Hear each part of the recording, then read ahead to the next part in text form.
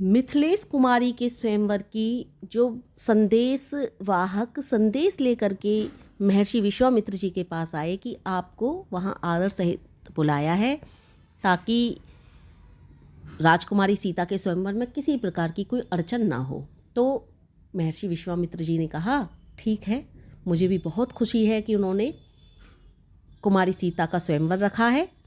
मैं विदेहराज के यहाँ पर उनके निमंत्रण पर अवश्य आऊँगा।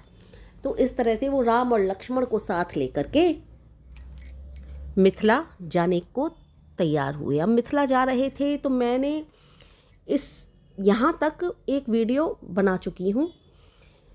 अगर वो वीडियो आपने नहीं देखी हो, सब राम कथा के ऊपर बना रही हूँ एक तरफ से क्रम में, तो वो आप देख सकते हो। तो चल दिए श्री राम व लक्ष्मण को लेकर के विदेहराज के यहाँ पर।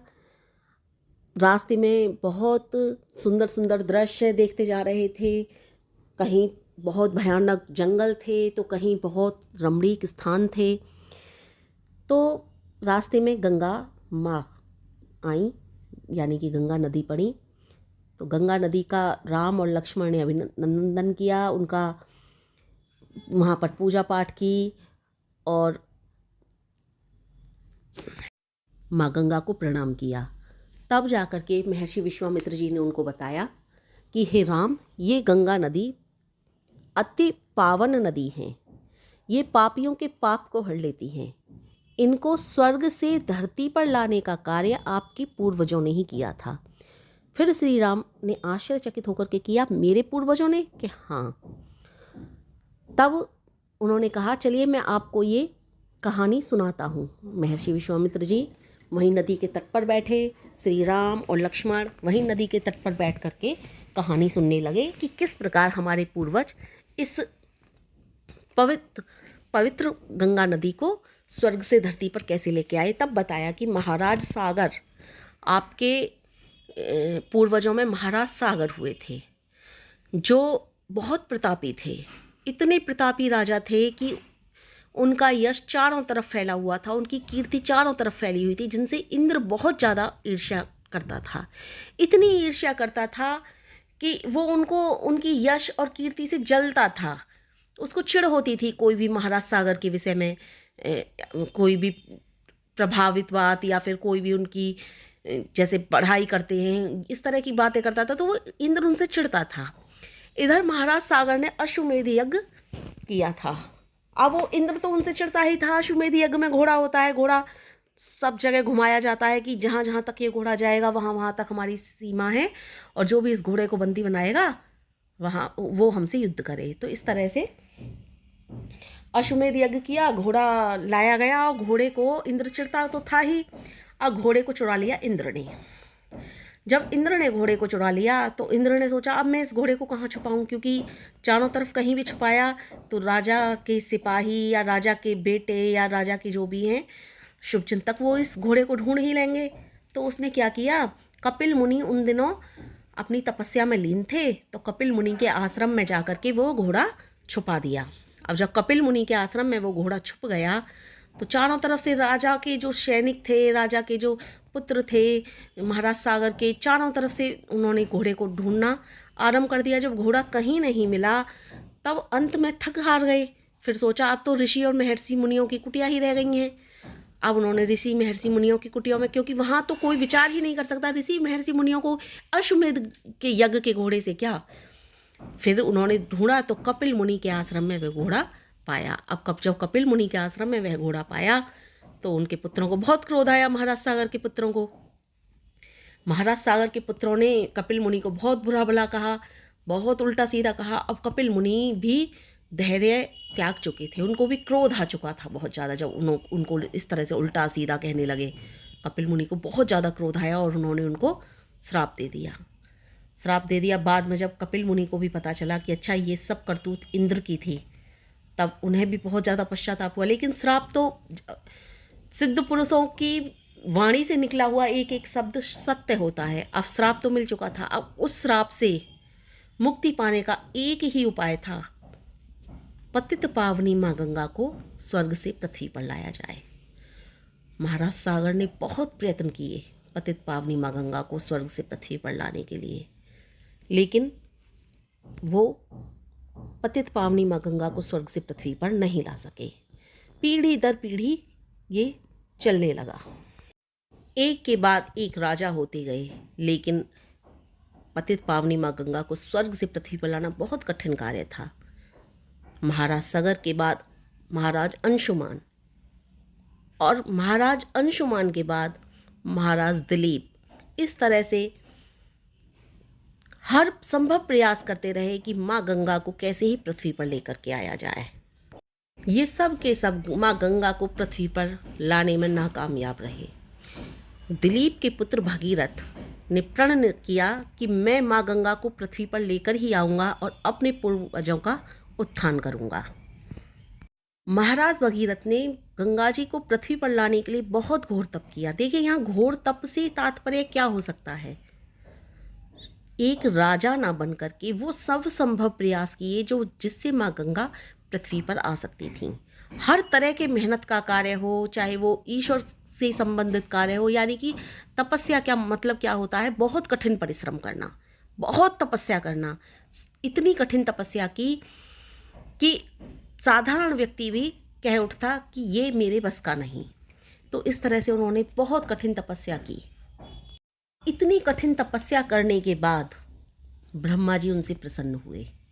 ब्रह्मा जी ने उनसे कहा, कहिए क्या मांगना है? उन्होंने कहा, मुझे माँ गंगा को स्वर्ग से पृथ्वी पर लाना है।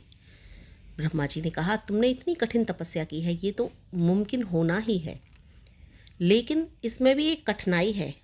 यदि माँ गंगा पृथ्वी पर अवतरित होंगी तो उनका वेग बहुत है, संपूर्ण पृथ्वी का नाश हो जाएगा। अब भगीरथ ने कहा, इसका उपाय भी आप ही बताइए। महाराज भगीरथ से इस तरह से पूछने के बाद ब्रह्मा जी ने उपाय बताया कि आप महादेव की तपस्या कीजिए। महादेव की तपस्या करोगे तो वो महादेव में शक्ति है कि वो माँ गंगा को नियंत्रण में रख सकें, अपने शीश पर धारण कर सकें, यानी कि नियंत्रण में रख सकें। अब भगीरथ ने महादेव की बहुत कठिन तपस्या की, बहुत कठिन तपस्या करी जब, तो महादेव भी प्रसन्न हुए और महादेव ने उनको वचन दिया कि वो गंगा को अपनी शीश पर धारण करेंगे। क्योंकि यदि महादेव गंगा को शीश पर धारण ना करते तो उनका जो प्रबल वेग था वो धरती को नष्ट कर देता। इसलिए ये बहुत ज़्यादा अनिवार्य था कि माँ गंगा को कोई नियंत्रण में रख सके, ऐसा हो, और वो भोले बाबा से अच्छा कार्य कोई कर ही नहीं सकता था। अब माँ गंगा ब्रह्मा जी के आदेश पर श्री हरि विष्णु के चरणों से निकलती हुई स्वर्ग से सीधा आकाश मार्ग से होती हुई पृथ्वी पर बहुत तीव्र वेग से आई, और वहाँ पर महादेव ने उन्हें अपनी जटाओं में नियंत्रित किया, फिर पृथ्वी पर आने दिया, जिससे भगीरथ का मनोरथ सफल हो गया। भगीरथ ने अपना मनोरथ सिद्ध कर लिया था और ये पतित पावनी माँ गंगा सबका कल्याण करने लगी। इस तरह से माँ गंगा सबको पतित करती हैं, सबको पावन करती हैं, सबको पाप मुक्त करती हैं। न जाने कितने कार्य माँ गंगा के द्वारा ही संपन्न होते हैं। इस तरह से महर्षि विश्वामित्र ने गंगा की कहानी श्री राम और लक्ष्मण को सुनाई, जिसे भगीरथ अपने यत्न प्रयत्न जत्न और तप के द्वारा लेकर के आए। महर्षि विश्वामित्र ने बताया कि हे राम, जहाँ ये गंगा माँ बहती है ना, वहाँ कभी किसी चीज़ की कमी हो ही नहीं सकती। वो देश हरा भरा रहेगा सदैव। ये पतित पावनी माँ गंगा जीवन से लेके मृत्यु तक हर मनुष्य के काम आने वाली हैं। ये पतित पावनी माँ गंगा सबका कल्याण करने वाली हैं। ये सदैव वंदनीय हैं, इनका सदैव नमन किया जाता रहेगा। चाहे देवी देवताओं के प्रति आस्था कम हो जाए, लेकिन माँ गंगा के प्रति आस्था कभी कम नहीं हो सकती। इस तरह से महर्षि विश्वामित्र ने गंगा की बहुत बहुत प्रशंसा करके श्री राम और लक्ष्मण को समझाया। इस तरह से गंगा की बहुत अधिक प्रशंसा और गंगा के विषय में हर तरह की बातें करने के बाद महर्षि विश्वामित्र राम और लक्ष्मण को लेकर के मिथिला के रास्ते पर आगे बढ़े। आगे बढ़ते गए। रास्ते में बहुत सुंदर सुंदर दृश्य थे, जैसा कि मैं पहले भी बता चुकी हूँ। वहीं पर गौतम मुनि का आश्रम पड़ा। गौतम मुनि जहाँ माता अहिल्या पत्थर की शिला के रूप में थीं। अब उस आश्रम में आने के बाद राम बहुत आश्चर्य से देखने लगे। लक्ष्मण जी भी बहुत आश्चर्य से देख रहे थे। गुरुदेव से न जाने कितने ही प्रश्न कर डाले। हे गुरुदेव, ये आश्रम कैसा उजड़ा उजड़ा लग रहा है। यहाँ ना तो उजड़ा ही है ना हरा भरा ही है। बड़ा विचित्र सा अनुभव हो रहा है मुझे इस आश्रम में। ऐसा क्यों गुरुदेव? अब देखिए, यहाँ पर पत्थर की शिला से तात्पर्य बहुत से लोग लगा लेते हैं कि वास्तव में पत्थर की शिला बन गई होंगी माता अहिल्या। पत्थर की शिला से मतलब वो कोमा में जा चुकी थी, ये भी कह सकते हैं। या फिर जो लोग चमत्कारों पर विश्वास करते हैं वो ये भी मान सकते हैं कि हाँ, श्राप के कारण वो पत्थर की शिला बन गई थी। लेकिन एक ऐसा भी तो होता है कि आदमी एकदम कोमा में चला जाए, उसे भी तो पत्थर की शिला ही मान लिया जाता है। तो ये भी मान सकते हो। अब जो जिस तरह से विचार रखता है वो उस तरह से सोच ले। या तो उन्हें पत्थर की शिला मान ले, या फिर सोच ले वो पत्थर के ही समान हो गई थी, उन्हें किसी चीज़ की सुध बुध ना रही थी, वो कुछ नहीं जानती थी, सब कुछ छोड़ चुकी थी उस श्राप के कारण, या फिर गौतम ऋषि के त्यागने के कारण कि मेरे पति ने तो मुझे त्याग ही दिया। यही सोच उनको ख़त्म कर दिया था, यानी कि उन्हें पत्थर बना दिया था, कहने का तात्पर्य है। या फिर जो लोग वास्तव में चमत्कारों पर विश्वास करते हैं वो कह सकते हैं कि वो पत्थर की शिला बन गई थी। लेकिन ये अहिल्या की कहानी रामायण काल में सत्य थी, ये झूठ नहीं था। कुछ लोग कहते हैं कि रामायण में चमत्कार आते हैं कई जगह पर, तो हाँ, ये बात सत्य है। अहिल्या की कहानी सत्य है, चाहे तो उन्हें पत्थर की शिला कह लीजिए या फिर पत्थर जैसी ही हो गई थी वो, ये कह लीजिए। श्री राम के पूछने पर महर्षि विश्वामित्र जी ने कहा, हे राम, तुम सही कह रहे हो, ये विचित्र आश्रम है। यहाँ पर एक बड़ी अभागन नारी है। श्री राम ने कहा, अभागन नारी? आप जो पत्थर के रूप में समझना चाहते हैं वो समझिए कि ये अभागन नारी एक, इसके साथ बड़ा छल हुआ, ये पत्थर बन गई है। ये, और जो नहीं पत्थर के रूप में समझना चाहते वो ऐसे समझिए। उन्होंने कहा, ये अभागन नारी, इसको अपनी सुध-बुध ही नहीं रही है, ये पत्थर के समान हो चुकी है बिल्कुल। इसका कोई नहीं रहा है, इसको इसके पति ने भी त्याग दिया है। इस नारी के साथ बहुत बड़ा छल हुआ है। अब श्री राम ने जब ये सारी कहानी सुनी तो पूछा, ऐसा क्या हुआ था इनके साथ गुरुदेव? गुरुदेव ने उन्हें बतानी शुरू करी उनके लिए कहानी। गुरुदेव ने बताया कि महर्षि गौतम की ऋषि पत्नी अहिल्या बहुत सुंदर थी, जिन पर इंद्र आसक्त था, उसे किसी भी हालत में प्राप्त करना चाहता था। अब गौतम ऋषि सुबह सुबह स्नान करने के लिए गंगा नदी पर जाया करते थे। यही लाभ बस इंद्र ने उठाया। एक दिन महर्षि स्नान के लिए नदी पर गए और इंद्र ने महर्षि का वेश धारण किया।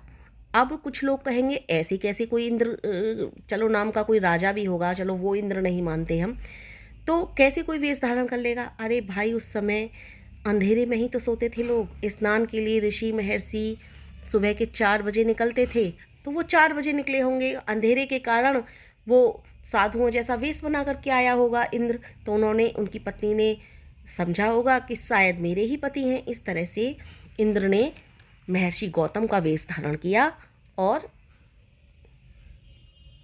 अहिल्या माता को छलने के लिए आ गया। अब दबे पांव वो कुटिया में प्रवेश कर गया। दबे पांव कुटिया में प्रवेश किया और उसने माता अहिल्या को छल लिया।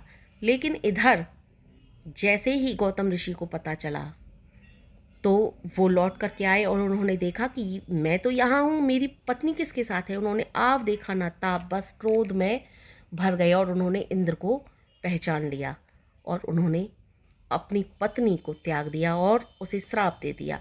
जो पत्थर के रूप में शिला को कहते हैं, जो चमत्कारों पर विश्वास करते हैं, वो यही समझ सकते हैं कि उनको पत्थर की शिला बना दिया श्राप के कारण। और जो इस चीज़ पर विश्वास नहीं करते हैं वो ये समझ सकते हैं कि माता अहिल्या को त्याग दिया, जिसके कारण माता अहिल्या कोमा में चली गईं या फिर पत्थर जैसी हो गईं।